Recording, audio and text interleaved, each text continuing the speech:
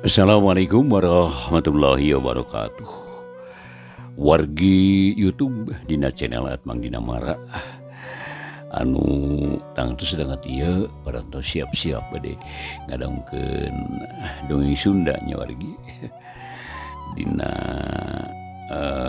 YouTube ieu dina channel Mang Dina Mara. Da kumaha wargi sadayana daramang denget ieu pamugi wae sararehatnya wargi atuh sehat jasmanina sehat rohanina digambilkeun rezekina oge ditebihkeun balaina aya dina lindungan atanapi panangtayungan Allah Subhanahu wa taala. Amin ya rabbal alamin. Eta pisan dipiharep sim kuring siang kalayan wengi. Wargi anu nuju ngantos Allah dongeng Sundanya wargi dina judul nyaeta ngadu teluh wargi dinten ieu bagian anu ka 43. Dina bagian anu ka 42 wargi urang harita nyarioskeun parid aya di bumina Kiai teh di Cianjur nya wargi pamit lepat daerah Joglo kitu. Da anu di harita dijajabkeun ku hiji jalmi teh. Da kumaha jeung naik carita mangaludeung ngadongkeun etang-etang landung pang beberahmana.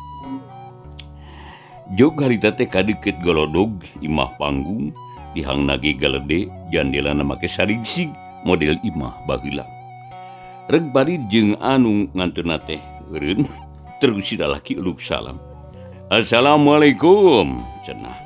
Bedasna keur sorana. Waalaikumsalam warahmatullahi wabarakatuh.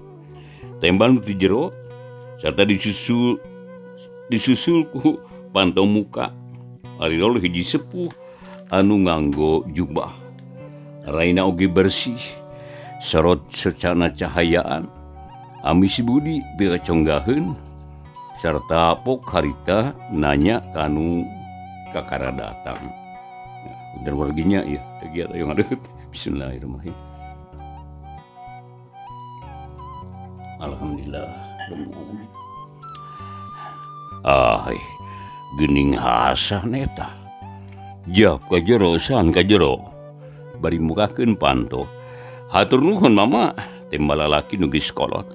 Gening ngaranna teh Hasan. Bus ka jero dituturkeun ku parid. Gek dariuk dina kursi sabada munjungan salam. Sok kemana bae san jeung deui sahari eta dulur Hasan lain eta mama Kiai pura nunjuk ka parid anu ngaluk tungkul. Leres mamai teh pun anak ngahajadu meungeus ka mama nyata bade ngalah pangabisa ngulik pangarti neangan ilmu. Jadi tegasna mah bade guguru we ka mama gitu tah. Janten hoyong dipangwarahkeun kana sanes kanten bag-bagan agama. Kitu maksudna mama ceuk Hasan dari anaker. Alhamdulillah. Syukur pisan. Sabab mangke tu kuduna manusia majang. Satungtung hirup aya di dunya teh nyata kakeunaan keneh ku kawajiban yangan ilmu. Ari neangan ilmu teh henteu kauger ku waktu. Watesna engke mun geus ngajepat di liang lahat. Jadi geus yang ngilah ngaler di urugan taneuh beureum teh. Eta batesna. Saha ngaran anak anjeun teh san? Sabaraha taun di umurna? Geus boga pamajikan atawa acan deui? Mama Kiai neuteup ka Hasan. Wastana teh pun warid bangsa teh pun parid bama bujangan kene ieu mah umurna ge moal langkung ti 17 tahun kitu ceuk Hasan.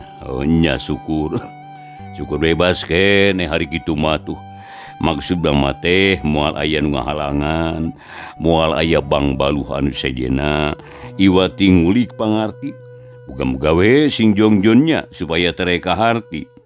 Leres mama leres heug atuh ari kitu mah mama ge milu bunga jeung bagja sabab lamun para nonoman masih keneh aya nu daek ngulik bag-bagan agama mama teh reug-reug pisan lah sarta percaya yen kahirupan di alam dunia teh bakal tetap panjang bari menang pangampura ti Allah. Lantaran para ulama, para kiai jeung ajengan nu aya ayeuna geus kolot moal hirup salila, nah moal eta dina hiji waktu mah bakal mulang ka asalna dicandakeun nu kagungan atuh tangtu we kudu aya keur gantina. Ari gantina eta nya tangtu nu ayeuna ngarora keneh tah. Taina mamarek nanya ka Jang Parid, narek kumaha carana ieu teh? Rek mondok atau rek dijojoan waktu diajar wungkul atau rek kumaha? Mama Kiai mencerong ka Parid, langkung ti payun abdi teh nyangakeun sembah hormat miwah kawilujengan oge teu hilap ngaturkeun nuhun ka mama anu sae manah. Salajengna abdi teh bade nyangakeun sadaya-daya mama. Jalaran abdi teh teu gaduh nanaon iwati ka hoyong wungkul. Margi saresna mah kieu eta teh mama. Ceuk Parid bari derek-dek nyaritakeun lalakon hirupna. Di awal nepi ka akhir wargi di jojoan anu parentingna. Tapi jelas da sangkan kahartieun ku Mama Kiai. Palebah dieu Parid teh wak cabalaka sagala rupana dicaritakeun teu aya anu disumput-sumput. Tah kitu saresna mama. Kaena kitu abdi teh sija masalahkeun badan sakujur. Bari di kitu bade dikieu ge ku mama, abdi mah ikhlas ridho mama. Mama Kiai unggut-unggutan secana mencerong kana beungeut Parid. Dina manahna Mama Kiai pura teh muji kana kanjujuran Parid. Anu geus ngadadarkeun lalakon hirupna. Boh nu alusna, boh nu gorengna, teu aya nu disumputkeun. Teu agul teu muji maneh estu bruk-brak dibalakakeun. Uluh. Geuning nepi ka kitu eta lampahan ujang teh nya. Anak gitu mah hidup teh geus pahatung lalisnya. Leres mama, ceuk Parid. Nu mawi ku abdi diangkeun anak oge teh mama. Cekasan ngengklokan. Bener-bener san. Budak yatim piatu nu teu indung teu bapa. Anu jadi bapana teh kaum muslimin, indungna kaum muslimat. Hasan bener-bener. Hasan nu jadi bapana teh nya kaum muslimin teh sakali deui atuh indungna kaum muslimat nya. Jadi bener-bener Hasan geus ngaku anak ka Parid, mama ge ngaku anak ka ieu budak. Keun ari kitu mah ulah incah balilahan atuh nya. Tah prake sing betah di dieu ulah asa-asa ulah tumarumpang cicing di mama sabetahna. Teu kudu mayar, teu kudu mikiran biaya da mama mah tara ngajualan ilmu. Jeung na deui nya ya mama teh bungahe nu aya meureun bakal aya nu maturan. Sabab anu saenyana mama teh hirup sorangan ieu teh. Nya da geus teu boga pamajikan. Anak jarawuh da kabeh geus nguren. Ayeuna teh ukur dibaturan ku si Isem tah. Pagawe mama nu satia ti baheula. Ngan tanagana geus ngurangan da geus maju ka kolot. Atuh mun aya pagawean berat teh sok rada riweuh eta teh. Ceuk Mama Kiai harita daria naker. Leres mama ayeuna mah aya anu ngabantu-bantu. Nyatana Jang Parid mejeuna lah sakieu mah. Sabab tanagana ge keur mejeuna bala kesenteng ieu teh. Wawanana leber atuh kabisana lumayan deui mama ieu teh. Ceuk Hasan muji ka Parid.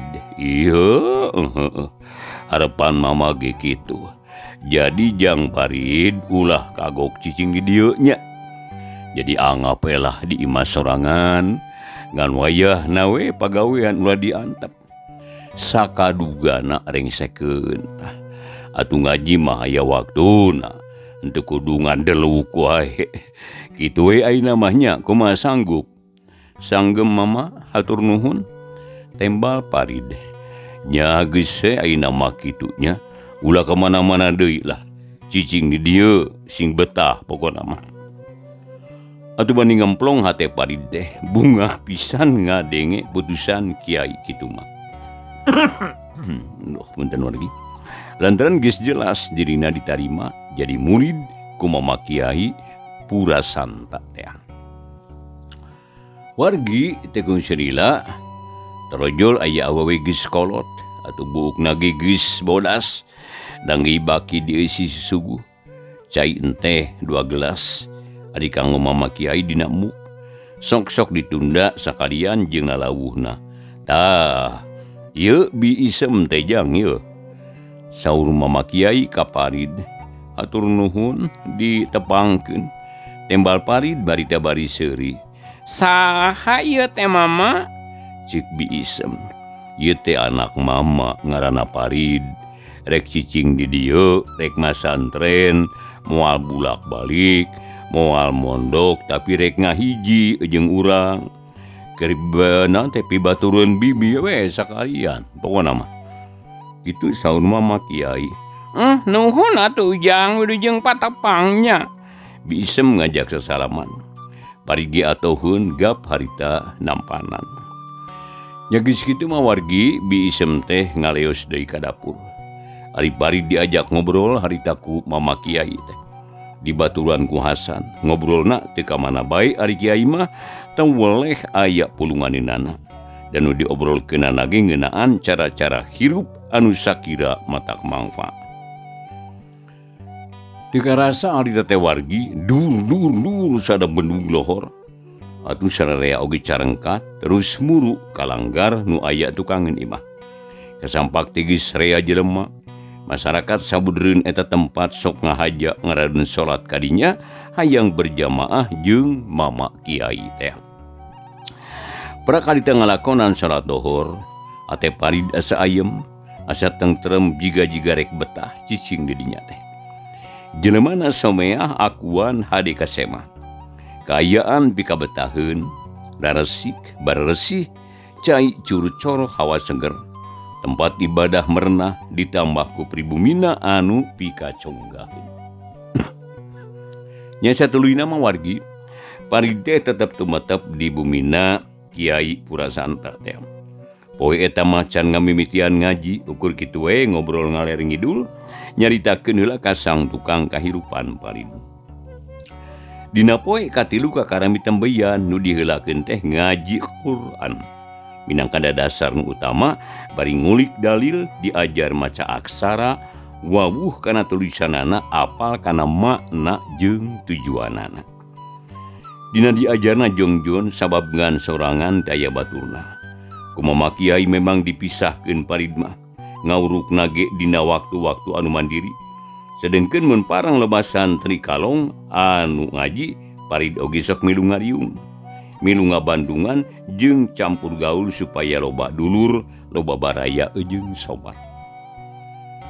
Wargi tah kulantaran geus aya dadasar ti pasantren Cimara teh. Atuh di Mama Kiai teh geus lancar. Tere pisan bisana. Keur maeukeur boga udeukna calakan, encer bebari ngarti, nya puguh Mama Kiai ge bungaheun. Da ngawurukna ge teu matak jengkel bebari napal ka harti. Nincak waktu sabulan harita wargi. Maksudna bulan kadua. Nya, geus mimiti kana kitab anu diheulakeun teh bangsa Sapina, tijan anu dipake dadasar dina ngulik pangarti.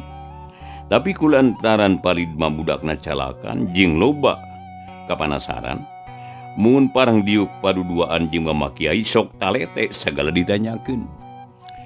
Atuh Mama Kiai teh bungaheun pisan resep ka murid anu loba tatanya ngeunaan ilmu teh. Kocapkeun dina hiji mangsa harita. Pas sore harita teh. Panon poe oge geus tunggang gunung ngadaguan waktu magrib. Ari hawa harita teh seger, alam endah manuk recet di sarada dina dahan-dahan kai sabudreun imah. Pok Parid dumanya ka Mama Kiai. Punten Mama, tiasa upami abdi bade tumaros. Nah make teu bisa. Kuduna jelema mah tatanya nya supaya loba kanyaho jeung ulah sasab pek-pek. Rek nanyakeun naon. Waler Mama Kiai bari imut socana neuteup ka Parid. wargi masih ngadaungkeun dongeng Sunda ngetinya lah. Etang-etang istirahat yang dina. Istirahat maca buku wargi. Punten dia rada lumayan dia karena cai teh. Bismillahirrahmanirrahim. Tah wargi bijeng ngadaungkeun lah kasadayana. Banu cakatan tebih nanya. Sok sanaon sakali dia mah nepikeun dongeng. Tiasa ngajanten gendang Blandong pambrahmana, tiasa mulungan ieu carios anu saena oge nembihan naon anu awonna nyawargi nu saena tiasa dipulungan nu sae mah anu awan mah ulah wargi sadayana nya. Geuning urang gumalahar di alam dunya gitu tah. Oge ulah hilap ieu janten naon subscribe-na atuh bunyi lonceng like and share-na oge wargi diantos pisan. Atur nuhun ka wargi sadayana nu masih keneh ngadaungkeun danget ieu. Mangain orang lajengkeun carios ngadu teluh karangan gelik sabagian anu ka 43 wargi Kang Odin dan ieu. Kieu mama abdi masok mikiran alam dunya sareng isina. Dupi nu pangpayuna ngisian alam dunya teh saha mama? Manusa atanapi jin eta teh. Eta we saur mama. Aduh punten ieu. Yen anu ngisian dunya teh sanes manusa wungkul nanging aya jin deui ceuk Parid. Nya bener pisan. Nu hirup di alam dunya teh lain manusia wungkul. Tapi oge aya bangsa sejen nyatana bangsa jin. Saur Mama Kiai, sumuhun saha anu pangpayuna mama? Nya numutkeun katerangan mah. Nu pangheulana nyicingan alam dunya teh bangsa jin cenah. Sabab ceuk riwayat samemeh Nabi Adam diciptakeun ku Allah jin mah geus dijieun jeung malaikat. Tapi sabada Nabi Adam diciptakeun aya nu mah hiwal teu daek tumut tah. Tah kana parentah Allah. Jadi usir diturunkeun ka alam dunya. Nah nu jadi gegedugna setan teh alias nyaeta iblis. Tah eta teh asup kana golongan bangsa jin. Cicingna di alam dunya tang tumari sangsara sabab dibenduan ku Allah teh. Ngan sanajan kitu ge kulantaran jin mah sifatna beda jeung manusia ayeuna. Najan geus diturunkeun ke alam dunya ge tetep we bisa keneh bulak-balik ke alam samemehna. Nyatana ka surga teh cenah. Tak kulantaran bisa nganjang teh ka alam surga nya kungsi ngadoja ngagoda Nabi Adam. Nabi Adam teh kenging bebendon ti Allah. Nya diturunkeun ke alam dunya nu samemehna geus diisian ku bangsa jin teh. Jadi jawaban tina pertanyaan hidup geus jelas. Nu pangheulana cicing di alam dunya teh bangsa jin, manusia mapan deuri jadi munasabah mun memeh aya manusia di ieu alam dunya teh geus aya nagara nyatana nagara jin. Kitu tajang. Saur Mama Kiai. Oh, paingan atuh. Dupi nagara jin teh di mana wae aya na mama? Tang tuwe di sakuliah beungeut bumi. Aya nu di gunung, di guha, aya ge nu di dasar lautan, apa? Aya oge di leuweung-leuweung gerotan deui. Oh, kitu mama. Dugi ka iraha tang ngadegna negara jin teh. Nyatang tuwe nepi ka ancurna ieu jagat. Nepi ka datangna poe kiamat. Waler Mama Kiai deui. Dupi jin jarahat sadayana eta teh mama. Parid terus nyedak-nyedak. Henteu teu jahat kabeh. Sarua jeung manusia aya dua bagian. Aya nu jahat, aya nu bageur. Sabab aya nu taat kana parentah Allah, oge aya oge nu matanghul mahiwal.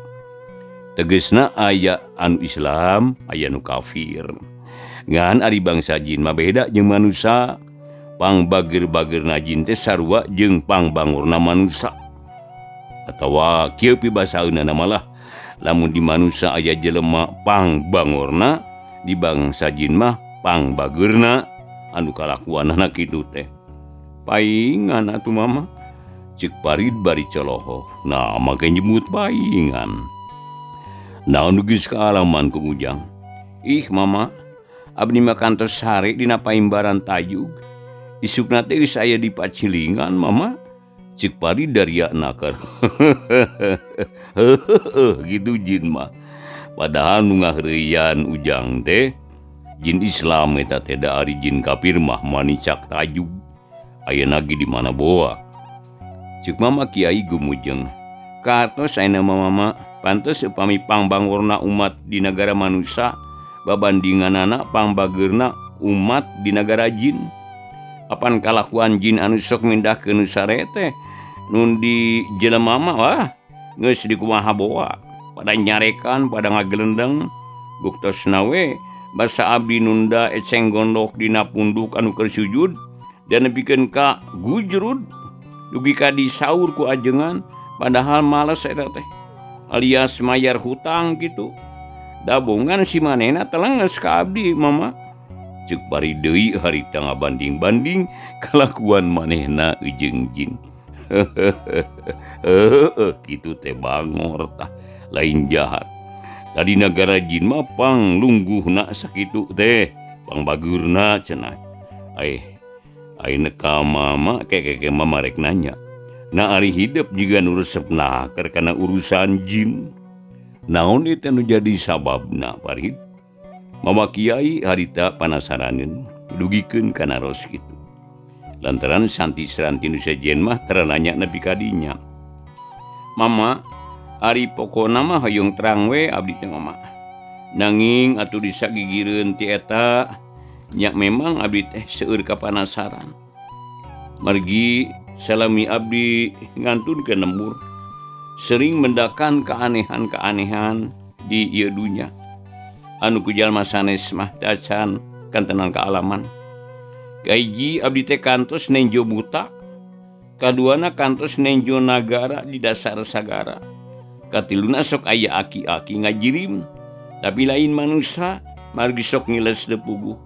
Sakumaha anu tos disanggemkeun ka mama teh. Tah kumargi kitu mama abdi teh naon janten panasaran mama. Oyong terang kana seluk-beluk sakadang jin. Abdi teh ngarasa heran naha aya makhluk mana telenges-telenges deui. Tapi heran deui basa abdi mendak makhluk anu bageur. Ka abdi teh kawas karaja. Kitu cek Parid nyarita bari papeta. Oh gitunya. Nya syukur hari boga kahayang sorangan mah. Nanaon ge memang guli pikiran. Supaya ulah kabobodo tenjo, ulah kasamaran tinggal, ulah boga anggapan yen aya nu leuwih kawasa batan Allah. Kade ulah salah kadenya. Tah, najan jin bisa ngaleungit, bisa ngarubah wujud jadi haseup, bisa hirup di dasar sagara jeung sajamana. Tetep manehna mah eta teh makhluk sarta teu kumawasa. Dan nu kawasa mah anggar ngan hiji nyatana Allah Subhanahu wa taala nu Maha Esa, Maha Tunggal. Jadi mama titip kade ulah demi Gusti ka jin, ulah munjung muja ka siluman. Sababe teh sarua jeung pada makhluk Allah. Lamun nyembah kasalian ti Allah nyatana ka kayu, ka batu atawa ka siluman jeung jin eta teh musyrik kasebutna. Dosa gede anu moal menang pangampura ti Allah. Jadi jang urang kudu nyaho jeung kudu ngarti. Manusia teh makhluk Allah anu pangpunjulna. Sebab diberi akal jeung pikiran. Mana pantes bakal disebut dosa gede. Mun nyembah ka makhluk Allah anu sejen. Mana komo eta teh. Nebikeun ka menta kabeungharan ka bangsa siluman jeung jin. Hayang harta banda menta ka gunung, ka guha eta mah dosana gede pisan sarta bakal meunang siksa anu pohara. Tah, kitu ujang. Mama kiai tandes daria. Jadi palebah nerangkeun hal eta. Jadi supaya kahartieun ku Parid bisi nurutan jalma-jalma anu geus kungsi harita kanyahoan ku Parid. Atuh Parid teh mani unggut-unggutan ku manehna beuki kaharti. Punten mama punten teh. hayang ngalut heula ieu mah. Bismillahirrahmanirrahim. Alhamdulillah.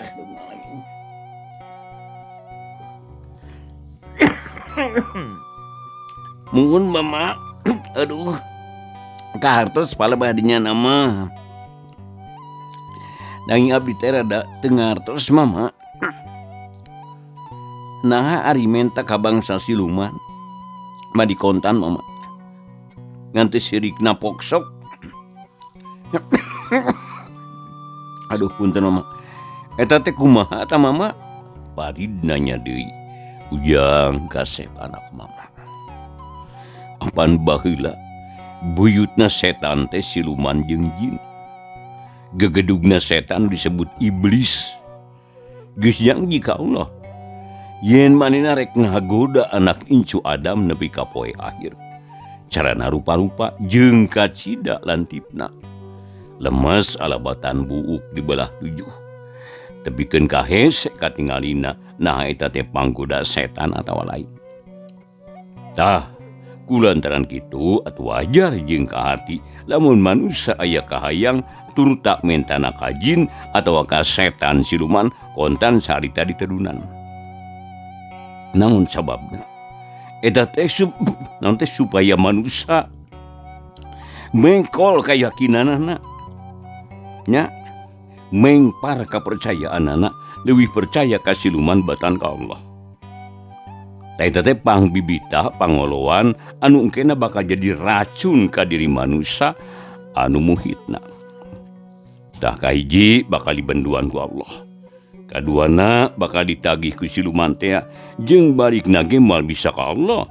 Pinasti balik ka nagara siluman nu akhirna jaga dina poe kiamah bakal babarengan jeung iblis di neraka jahanam. Bengong parid teh nepi ka muringkak bulu punduk. Jajantungna oge ratug, hatena pating sareblak, reuas kareureuhnakeun. Sabab manehna oge kungsi ngadatangan ka Ki Kanjot hayang dianteur ka nagara siluman buta ngan untung teu terus munjung teu laksana beunghar. Kunaon Ujang? Mani ngajenghok kitu geuning. Sieun mama. Abdi mah balubas mama. Sieun ku siluman atawa sieun ku Allah. Sieun ku babendon Allah. Sieun dinagrakeun ka neraka. Margi najan abdi seueur dosa ge tetep we ku neraka mah sieun. Najan abdi kasebat budak bangor jeung talengas lenger gede dosa sareng kasalahan. Ari kahoyong mah anger we hoyong ka surga mama. Ceuk parid. Syukur ari kitu mah. Jadi sok sanajan mama ge da kitu. Najan rumah saloba keneh kakurangan dina ibadah dari kahayang mah hayang ka surga mung ka neraka. Tapi ayeuna kade jang sing ati-ati ngalakonan hirup di alam dunya. Mana komo da Ujang magis loba pangalaman. Make ngalaman tapa sagala rupa. Nah, geus ayeuna mah sing madep ka Allah. Puasa aya waktuna, udang peuting ge sing getol, tahajud sing mindengnya. Ulah sieun ku setan siluman kade ulah sieun. Asal ulah dijieun baraya kitu tah. Nya. Perangan nu kitu mah. Ulah diwanohan. Nyaho kudu tapi ulah hayang wawuh. Kan tenan mama. Abdi teh hoyong perang jeung jin atawa siluman. Tapi kumaha atuh carana mama? Nah aya alatna kitu kanggo merangan nu kitu mama. Ih nyatang tuh we aya. Saur mama Kiai Daryanaker. Mama, abdi teh terus terang we mama. Hoyong merangan jalma-jalma anu muhit ka siluman. Utamana anu kantos hianat ngabinasa ka kolot-kolot abdi. Nemutkeun wartos kolot-kolot abdi teh dibaruang cenah. Tapi abdi can yakin da can nyaksian sorangan. Nanging waktosna wargi sadayana henteu nyekapan nya. Rupina ieu dongeng Sunda dina judul Ngadu Teluh karangan Kiliksa bagian ka-40 tilu wargi. Urang pungkas dicekapun dikeun ka dieu we heula wargi sadayana nya. Pamugi lah ieu carita Sunda katampi kalian kabingahan etang-etang landung pangubrahmana. Insyaallah wargi atuh ngadu teluh bagian nu ka-44 enjing dina waktu anu sami urang lajengkeun deui. Atur nuhun kumang nepi peratusan wargi sadayana. Wilujeng baturai. Wassalamualaikum warahmatullahi wabarakatuh.